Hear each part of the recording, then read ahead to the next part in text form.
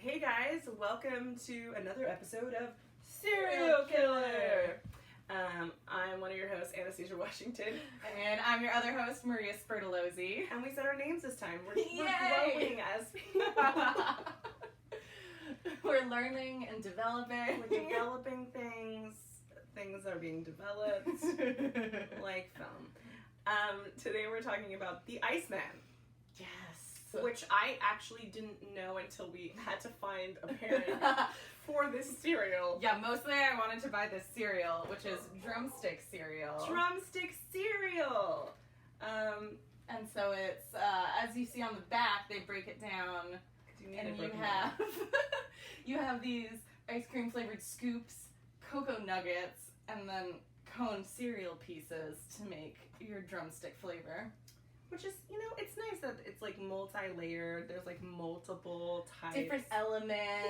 Yeah. It all comes together into one final product. They thought about like flavor profiling, kind of like serial killer profiling, but different. And Cocoa Nuggets, I really think should be the name of my next band. That's so uncomfortable. So let's put this in our mouth, you guys. Yeah. Okay. Let me... But yeah, we picked the Iceman because he would freeze his victims. Who? Just drop that between my crotch, you guys. And sometimes keep them in an ice cream truck freezer so that way he could like thaw them out and drop the body somewhere, and it would confuse the coroner as to like the actual time of death because the freezing pauses the decomposition process. Okay. It's weird because it looks like a weird trail mix, and I gave you so much. Definitely I'm no, so it's sorry. It does look like a weird trail mix. Trail mix for the video. Yes, and go ahead. He's called the Iceman because he liked to freeze his victims, which he got the idea from his friend Mr. Softy, a killer who owned a Mr. Softy van, and Yeah, would drive it around with dead bodies in it. Dead bodies in it, and also he would use the van to scope out people's whereabouts, surveillance type thing, sell ice cream to their kids, and then kill their dad. Most likely by poison. Speaking of poison, I'm going to put this in my mouth. Alright, here we go. Oh, I heard a roll on myself so bad. Oh, I very much enjoy that. It's really delicious. It's like Cocoa Puff. Mm-hmm. No, what's the brand? Yeah, Cocoa Puffs. Cocoa Puffs. Yeah. Honey grams mixed together.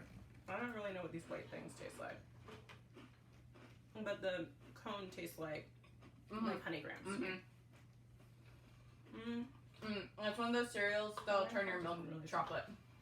The white part doesn't taste very much like anything to me. No, that could just be a preference. It's filler. It's like That was a sexual joke. It's like the cereal bits in Lucky Charms. No one wants them there, but they have to be there. Fair enough.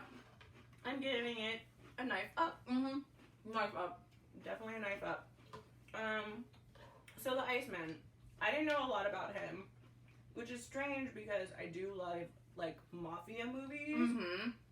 And that's the thing about him. Iceman was a contract killer. Yeah, he was a hitman for the mob. It's the same thing, right? Yeah. Contract killer is the same thing as a hitman. Okay.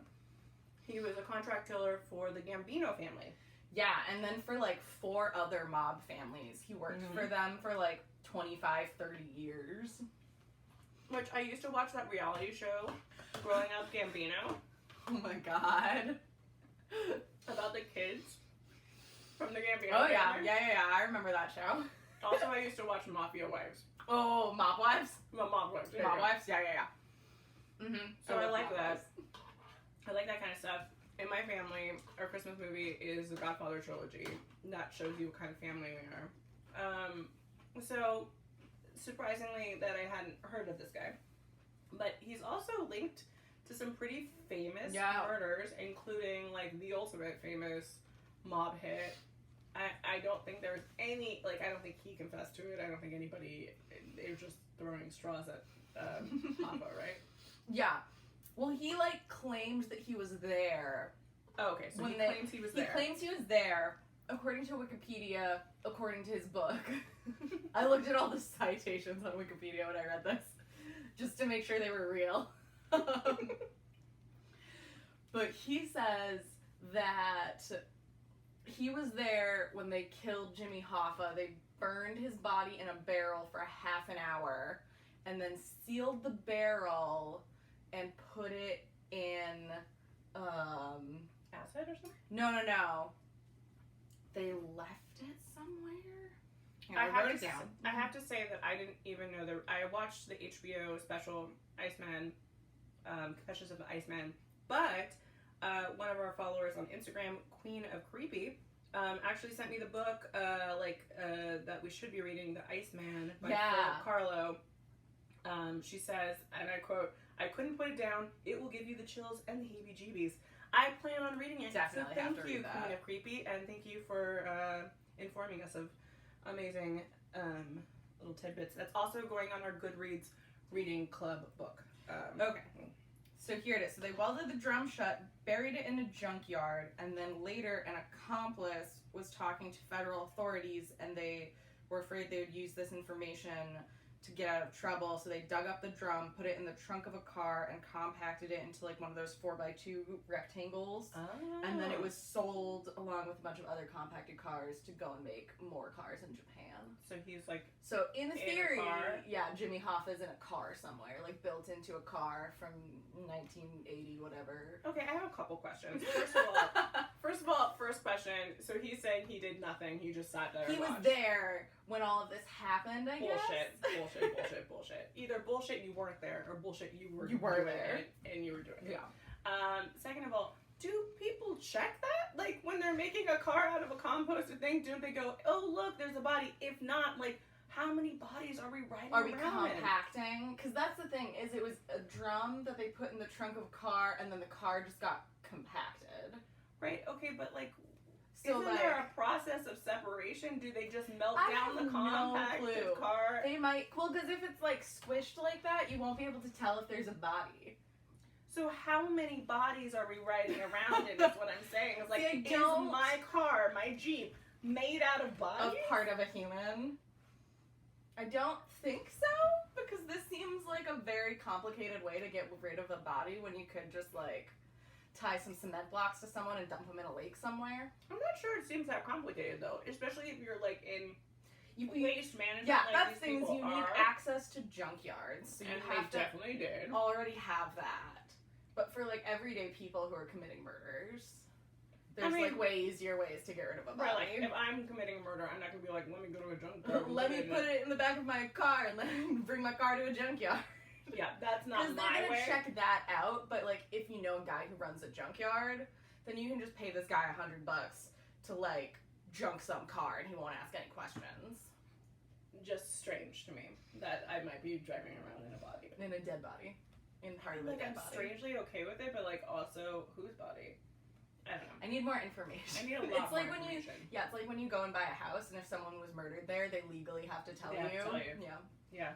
I would like that. If it was like, legally we are required to tell you that this car probably contains parts of... How excited would you be? Like, legally we're allowed to, we have so to fun. tell you, or do you be like, what the fuck? Like, there's a ghost in your car. My Like, car is for sure haunted. Yes. As long as it doesn't haunt my air conditioning, that's fine. Yeah, like, don't fuck with my air conditioning. Just don't fuck with my temperature control. Yeah. But, like, this guy was bold. Like, Iceman... Dude, he was... Yeah, well, he got the name Iceman from the cops because they found ice crystals in one of his victims. And he also, like... He's one of the few guys who was, like, saw the mob, worked in it, and was like, you know what? I can do this. This is, like, just as good or better. And so he started his own, like, shitty crime ring. Yeah. And in the documentary, he said his wife never knew what he did. But I was like... And she even was like, you just didn't ask, like, you didn't Yeah, You well, didn't ask him. they got married in like 60 something. Yeah, but you didn't ask him. He would just like leave, and you just didn't ask him where. But I was like, what did you think he did? Like, I just want you to. I want to know. Like, the question was like never asked. Like, what did he say? Did he say? Was he like, oh, I'm just a salesman, or like, oh, I work in the family business? Yeah. What did you say your job was? Like, nobody said it. No one questioned it. Nobody questioned it. Also, like, he was supposed to be like this family man, and everybody in the neighborhood liked him. 3 kids or something. Yeah, like 3 kids. And everybody in the neighborhood, like, again, but what did you also, think like, he did? Like, see, but like, that's a thing about mob bosses, is they are nice to the people in the neighborhood. Oh, yeah. Like, they're nice to the people that they quote-unquote protect. So, like... But what I'm saying is, like, did they know he was, like... Oh, did you know, yeah, like, yeah, your neighbor was, like, a mafia Yeah. guy? Yeah, is it like... Yeah, is it, like, the people who live next to Whitey Bulger in Santa Monica? Is, like, how did he... Yeah. I don't know. I don't know, like, do you... I don't know, because he was a hitman for so long, and he, like, pretty much only associated with other shady characters. Except for in his neighborhood, where he was, like, chilling with barbecues. Yeah, and, like, taking his kids to the park and whatever. Yeah, I mean, some of his stories were, like, he was pretty bold, too. Yeah, well, he would go to Manhattan and, like, prowl around and find just, like, men to kill. Mm-hmm.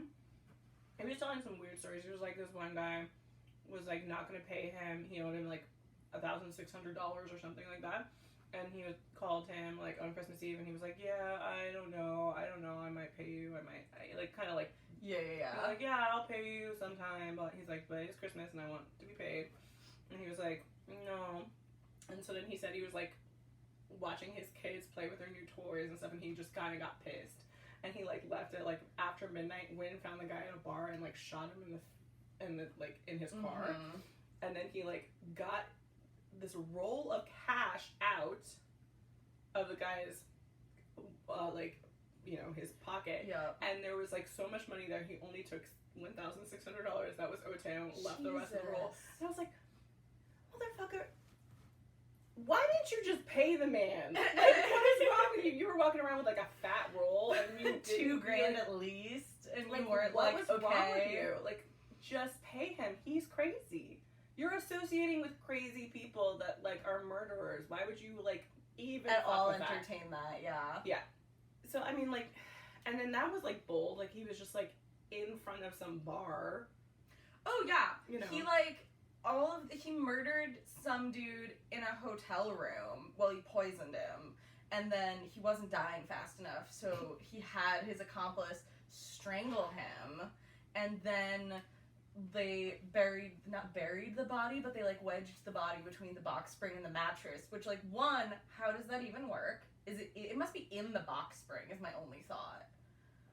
I mean, because they just, like, left it there, and then other people came to this hotel room and, like, stayed there, and they noticed and slept on it, and they noticed the smell, but no one, like, looked under the bed or anything.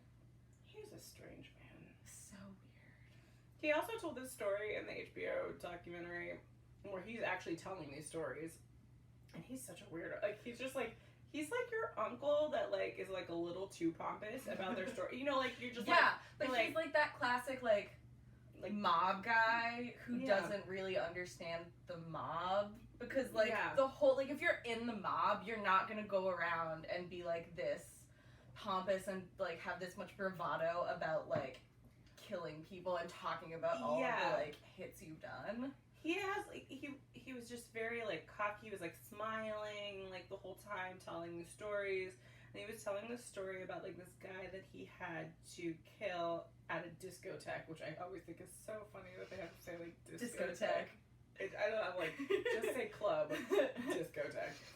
He had to kill this guy at a discotheque, and again, I don't know why he had to go into this tirade about being gay, but he was like, the only way to get there was, like, either be a woman or be, like, a gay man.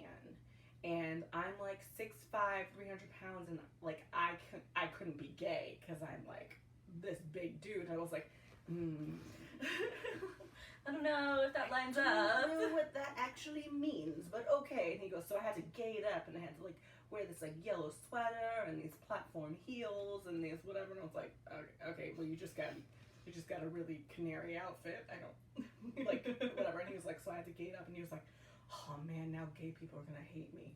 I was like, you murdered people. You're carrying it out you're of the worried gay community. about the gay community thinking that you're homophobic. Like, that's kind of quaint and sweet.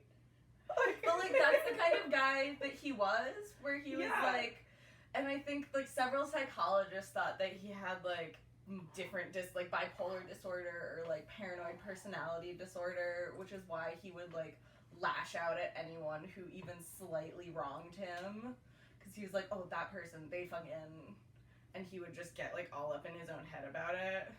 Also, it sounded like, I'm gonna choke. It sounded like he had a horrible family life. Yeah. His brother, which is always the case, right? His dad like beat his brother so badly that he died when he was 8, and the whole family like covered it up. Yeah. And then like when the documentary was happening, I think he's now dead, right? Yeah, he died in like 2006, I think. Okay, so he's dead now, but when the documentary happened, he was in jail with his other brother. Yeah, who they raped a 12-year-old. Raped a 12-year-old, threw her off a building, Mm-hmm, yeah. and then fucking killed the family dog. Yeah. Right. Yeah. So like, yeah, there's something up with his family. Yeah, he was asked about it when it happened, and he said, well, we came from the same dad. I mean, which, like, you're not wrong. I will say, though, like, his brother's crime was so much worse. Yeah, as far as, like, brutality. Well, just, like, most of the guys that he, like... He was, like, he was a hitman. He was so, a like, hitman. He went and killed, like, mob hits and, like, and collected these are probably debts. Guys that have killed other people themselves. Yeah. Not that I'm giving him an excuse, but I just, like, the brutality of his brother's crime was disgusting. And the fact that they can't even talk to each other in jail was just so, like, they're literally in the same jail and they don't even want to talk to each other. They don't even like each other at all. Like, he says, I sometimes say hey to my brother, and he just ignores me completely. And I was like, man, families, right? What a life. But there's also, like, a lot of talk about that Mr. Softy guy. Yeah. Yeah, it sounds like he, like, really taught him, how to, like, taught him a lot about, like, poisoning and cyanide and how to, like, stalk your victims and really, like, get in their heads. Yeah, like, even, like, the guy that he killed when he was dressed up like a gay man. Whatever the fuck that means. Whatever that is. He had put something in a syringe, which... He's so stupid. He was like, oh, I put a syringe of something into him, and he had a heart attack. And the interviewer's like, so what did you put in the syringe? And he goes, for him, a heart attack that day. And I was like, what the fuck is wrong with you? This is oh, man. Like, calm down. Oh, God. Like, yeah, like, he was, like, learning how to do cyanide. I know they had this thing where they would spray cyanide in people's noses because it was harder to do anything about it, and it was like very fast. Mm-hmm. There's like nothing you can do once it's in your... Yeah, because it goes like pretty immediately into your bloodstream when you snort it. Which is horrible. Please don't spray cyanide on people. Oh, God, like, no. Ever. God, no. No. No, but as we saw in Lizzie Borden, you used to be able to just buy cyanide at places. I think you can still buy cyanide, can right? You really? Isn't that rat poison? I think rat poison has other stuff in it, but I think it's mostly cyanide. Because now rat poison has stuff in it so that if people eat it, they, like, automatically throw up or something. Oh, that's sweet. I think so. So that you can't actually use it to, like, poison somebody. That's nice. Good on us. But there's lots of stuff you can poison. Yeah. Oh, yeah. I mean, like, what was that movie with, like, Michelle Pfeiffer where she would, like... She had those, like, white flowers in her garden, and she would, like, brew a tea for each of her boyfriends, and then, like, they would die, because it was, like, white oleander or something. Yeah. I was like, you can poison people with anything. Apple seeds have arsenic, and you can grind them up, and you need, like, a shitload of them, but it's why, also beware of store-bought apple juice, because they don't remove the seeds when processing, so there can be, like, high levels of arsenic. That's disgusting. Just fun facts. Also, if your walnuts go bad, there's either something. It's either cyanide or arsenic that starts developing. So don't keep your walnuts for too long. How do you know if a walnut has gone bad, though? You can taste it, though. Like, yeah? one time I was having oatmeal with some walnuts, and I, like, tasted it, and I was like, yeah, that's not right. That's not right, and I might be poisoning myself. Fair enough. So I stopped eating it. Good call. You know. Yeah. Smart. You know. Smart. Poisoning is so weird, and it's, like, so not a guy thing to do. No, that was what was interesting, is he got, like, really into poisoning people, and like they finally caught him because one of his close friends turned into like a FBI informer, and they set up a like drug deal essentially. Right, and he like recorded the whole conversation. Yeah. And then, but then he like was like, oh yeah, I'm gonna buy the cyanide from you, and they went outside to like test the cyanide by feeding a dog a like laced hamburger, and like nothing happened because it wasn't cyanide. Thank God. Stop testing things on dogs. Testing anything on animals. Like where's Patrice? Patrice, come in here and eat this hamburger. I'm just kidding. Don't kill people. But Mr. Softy also, I think he confirmed this that he did kill him. Or maybe he didn't confirm that he killed him. But anyway, somebody confirmed it. Wikipedia said that he killed him. Okay, so it's confirmed that Mr. Softy was killed by Iceman. Iceman Stanley Kuklinski. God, I was hoping I would never have to say either one of their names because they're both, like, really hard. No, the other guy's, like, not that bad. Yes, it is. It's like Robert Prong. Oh, you made it so easy. Anyway, I was like, I hope I don't have to say this on air, but he was found shot. Mr. Softy, who's Robert Prong. Robert Prong. But it's spelled weird, right? There's an E in it. Yeah, there's too much. I'm dyslexic. I can't deal with this. You know, like whatever. Anyway, he was shot in his Mr. Softy van in his driveway. Like found like slumped over. Yep. Obviously, because you were shot. Which seems like a thing Kuklinski, the Iceman, did, was he would just get, like, I don't know if he was like, well, I'm done with you, but he just, like, killed all of his accomplices. Well, yeah, even in the documentary on HBO, he was like, she was like, did you ever like anybody? And, like kill them anyway? Did you have, like, a friend you murdered? Like, and he's like, I killed all my friends. Yeah. The only friend he didn't kill is the one who turned into an FBI informer. Yeah, and he said, and I liked all of them. So why did you kill them? Well, because he didn't want to get caught. He wanted his, like, perfect little life. Yeah, but he killed all these people and then just did such a sloppy job. He was not smart. He was not smart, and he, like, one of these guys, he just, like, dumped in a trash bag by the side of the road, and, like, a hiker found him. He was just not. I'm surprised that it took that much. Yeah, he was committing murders for like 30 solid years. And just boldly, like I think, like he said his first ever one was like when he was like 18. 14, yeah, or something like that. There are claims that he was like 14 and killed a neighborhood kid, but like, like, that wasn't the first one. But like the one that was in the bar, and he said like pissed him off, and he went out and just like shot him right next to the bar. Like, why did nobody catch him? No, when he like. Well, for a long time when he was, like, training, and he would come from New Jersey into Manhattan to, like, kill people, he just killed a bunch of, like, hobos. And so the police were like, oh, all the homeless people are killing each other, and they never thought to suspect, like, a serial killer was slowly killing all these hobos. First of all, like, it's never just homeless people killing each other. Like, why would they do that? That makes always no some, sense. Like, junior serial killer trying his shit out. Yeah, no, but that's why they didn't catch the LA Strangler for so long, because he murdered mostly, like, black sex workers, and they were like, well, they just got murdered, they're a black sex worker, that's what happened. That's the, like, case in so many cases. Yeah, it's like the police just didn't catch on, because they didn't choose to see these people as, like, a valid But this has victim happened group. since the beginning of freaking time. Oh, yeah. Like, even with my favorite girl, Elizabeth Bathory, nobody gave a shit. She killed over, like, 650 people before she killed, like, one rich white girl. That's all it takes. And they were like, hey, bitch.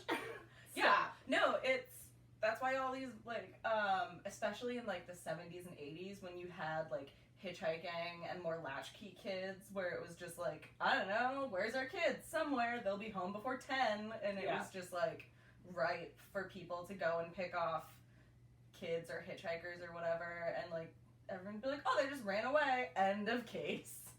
Yeah. Also, why do you automatically assume everybody's running away? I would like you to automatically assume that everyone's worst... murdered. Just like, assume everyone has been murdered. I want you to assume everyone's been murdered so that you can find It's like them. how you're supposed to be innocent until proven guilty. Everyone is murdered until proven otherwise. So that we can try to find them. Because it's always the first 48 hours yes. that you need to catch these people. And that's exactly when you're like that A&E the police are still like, I don't know. It's been 16 hours. They're an adult. That's the other thing is like it's bullshit that you have to wait like a certain amount of time before you can declare an adult missing. Yeah. It's like 24 or 48 hours of like no contact and but like unknown whereabouts. But it's like, dude, if you know somebody and you know that they do the same things every day, that they're supposed to be in certain places and they just disappear. Yeah. Like, that's fucked up, you know? And, like, sometimes they might have just, like, gone on a drug bender or, like, dropped off the map. But, like, they could be murdered. They could be murdered. I was watching this other documentary about Chris Watts. Mm-hmm. He's the one that killed his pregnant wife and his two kids.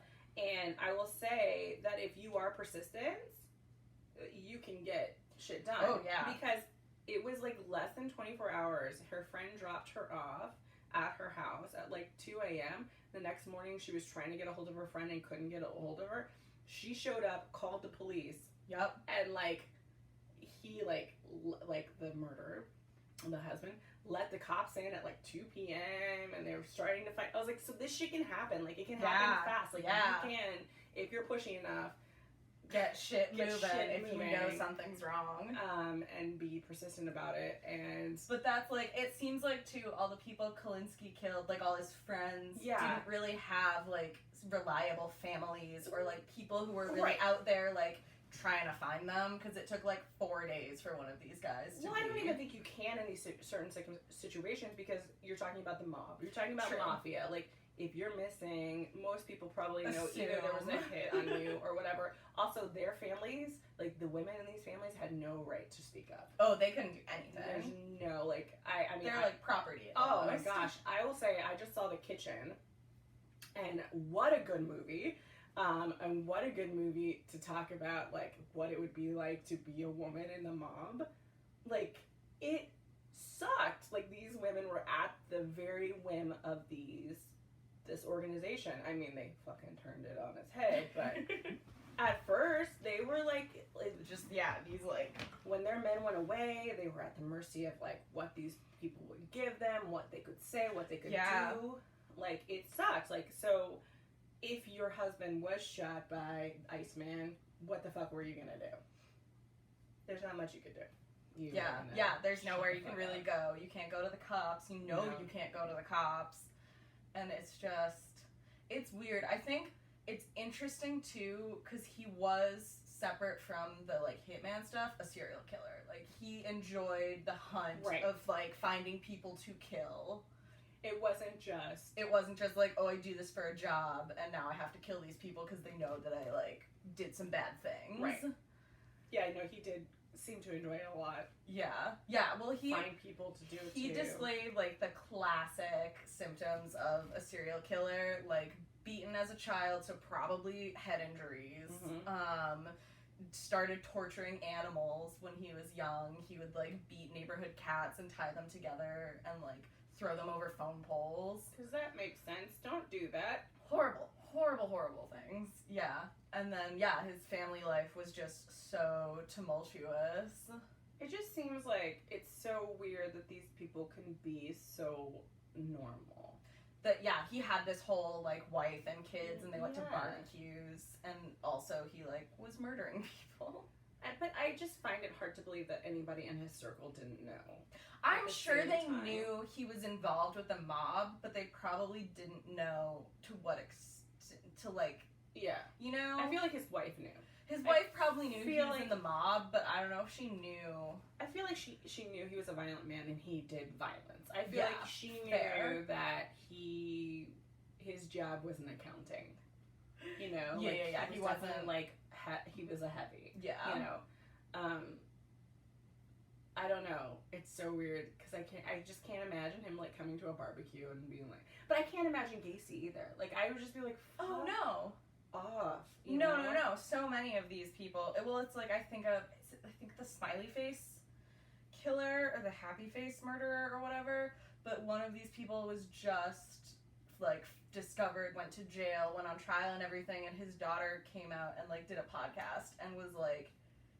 He was my dad, and like when he got like he was divorced from my mom when he was arrested for being a serial killer, but like he was still my dad, and we would talk on the phone like once every few months, and it's like really so hard to contend with that like idea. And it like she talks, and we'll eventually cover him and go more into it, but like she talks about like seeing little moments where it was like that's not totally right, but overall she was like he was just my dad, and like that's just who he was, and I didn't ever think he would be like a serial killer. Well, and also I think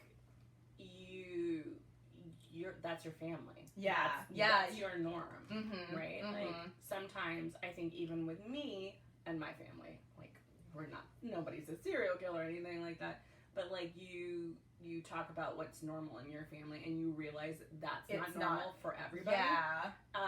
And I think that's what that must be some of the feelings that you feel when there's been that amount of violence or whatever. Yeah. Well, and this was Jersey in the 80s. Like this was run by the mob. It was not a place where people would like let their kids run around in parks or like go anywhere without adult supervision. But they could go get ice cream.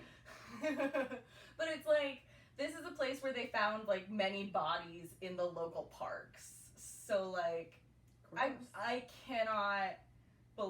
would not believe that his wife didn't know and have some sort of like acceptance with it. Because if she didn't I think I'd be a bad mob wife.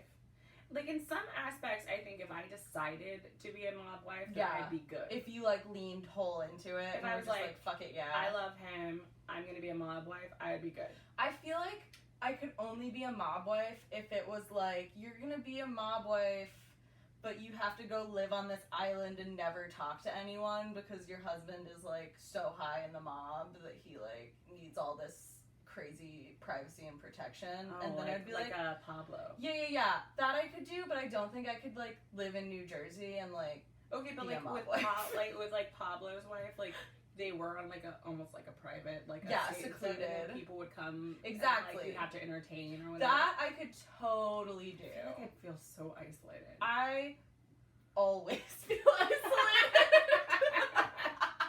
Well, there you go. I don't know. Like I think I feel the same way about being like a military wife or a wife of any uniformed officer, or like a I can't, like a diplomat's wife. Like a diplomat, all those things. Yeah. I feel like I could be a good wife in all those circumstances if I completely commit. Yeah, it's not something that you have to be like, my whole identity is being your wife, and that's what I do. And I think that would be difficult for me. That would be hard. It'd be hard. That's why I think I could do the like Pablo Escobar status. Like we just live on this island. You totally have to commit to that. Yeah, like, but there's your still only lifeline. So much of the time where like there's not business happening, and I can just like do whatever I want. Whereas if it is like, as long as you don't leave the estate. Exactly. But if it's an island, I don't know. I think I'd go stir crazy. I think the guy would have to be like the mafia guy would have to be open to women talking. Well, yeah, that's a given. It couldn't be one of these like Mob Wives TV show type wives where it's like, well, my husband's in jail and I just wait for him. No, and I feed my kids and like wait. I would like want to like start helping him with the business. That kind of stuff. Some of the books or whatever. And from the million of TV shows and movies I've seen, no mob husband has ever allowed that to happen peacefully. So I think it's better. What I'm saying is, I think it's better if I don't date a mobster. Yeah. No, I think all around it's just a good call not to date a mobster. Oh. So this wasn't something I should have thought this much about? Like, no, like on list of jobs to not date, mobsters probably like top 2.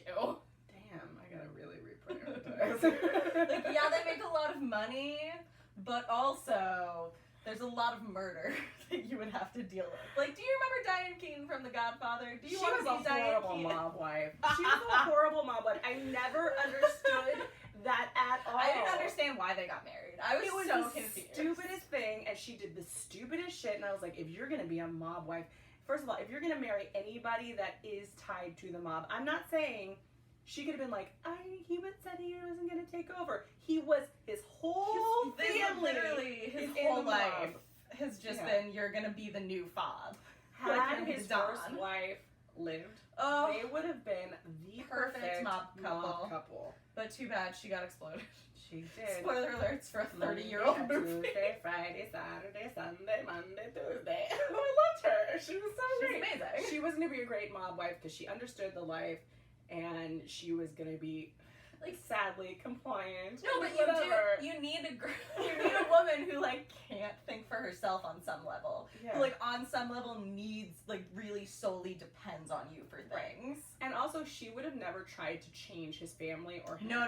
She, like, was all on board. She Yeah. was like, fuck it, let's live in this house in Italy and, Right. like, how the lemons and this will be great. And, like, in general, you should never go into a relationship thinking you need to change somebody. yeah, no.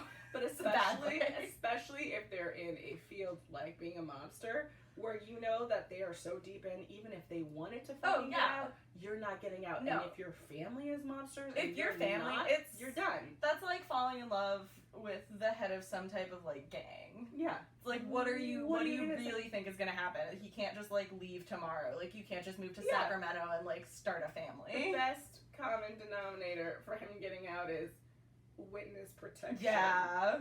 Like, I don't. Which, you know, let's. I'm allergic to the mob. But yeah, like, I don't think you should ever get into a relationship and think that you should change him. But I will say that the Iceman loved his wife and had nothing but complimentary things to say Yeah. about her. And she seemed very happy. Taken with him? I don't know. I mean, like, she didn't really have anything bad to say about him. Which is good as far as, like, it Yeah. goes. I don't know. I guess they were kind of a good love story. A nice, A happy nice- mob love story. Love mom story. I mean, whatever. They did what they did, and I don't know that we know the exact number of murders. He claims it's over 100. I mean, let's split the differences. He probably killed 50 because he's also a very pompous man. Yeah, he's definitely. He's one of those don't- guys where, like, all of his stories got embellished the more he told them. I also know that there is a movie about him with Chris Evans, I believe. What? I have to find the name of it. I'm pretty sure Sign it's me up. Iceman and Chris Evans.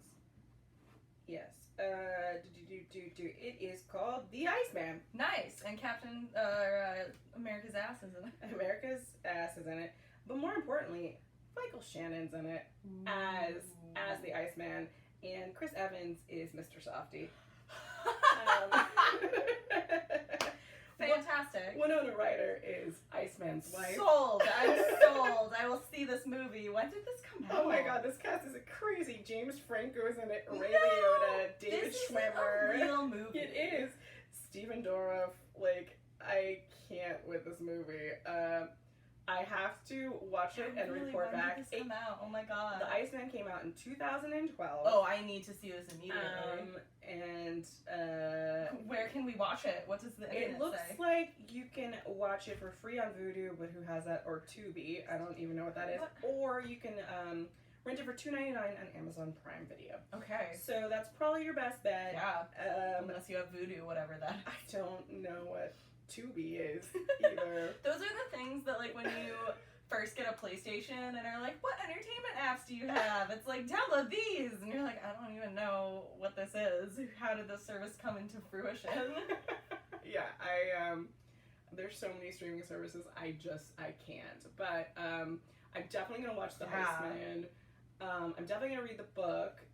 We're definitely going to put the book on the Goodreads. On the Goodreads. And there's 2 different documentaries. I think both on HBO. One for sure is on HBO. I know where he's actually speaking. Yeah. Confessions of the Iceman is on.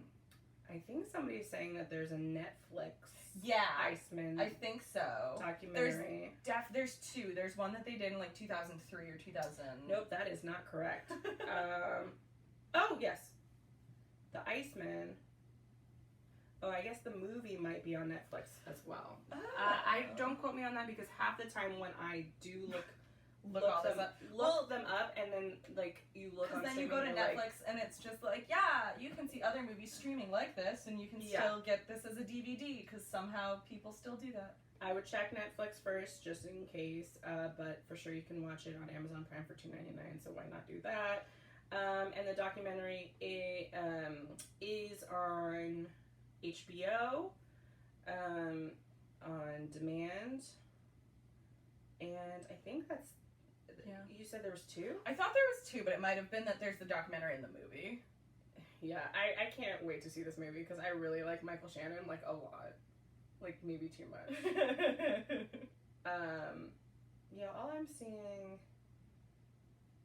Oh, the Iceman tapes as well. Yeah, there was the all Iceman Confesses, Secrets of a Mafia Hitman, that was in 2001, and then the Iceman and the Psychiatrist is also on HBO. So there's 3 documentaries on HBO. All on HBO.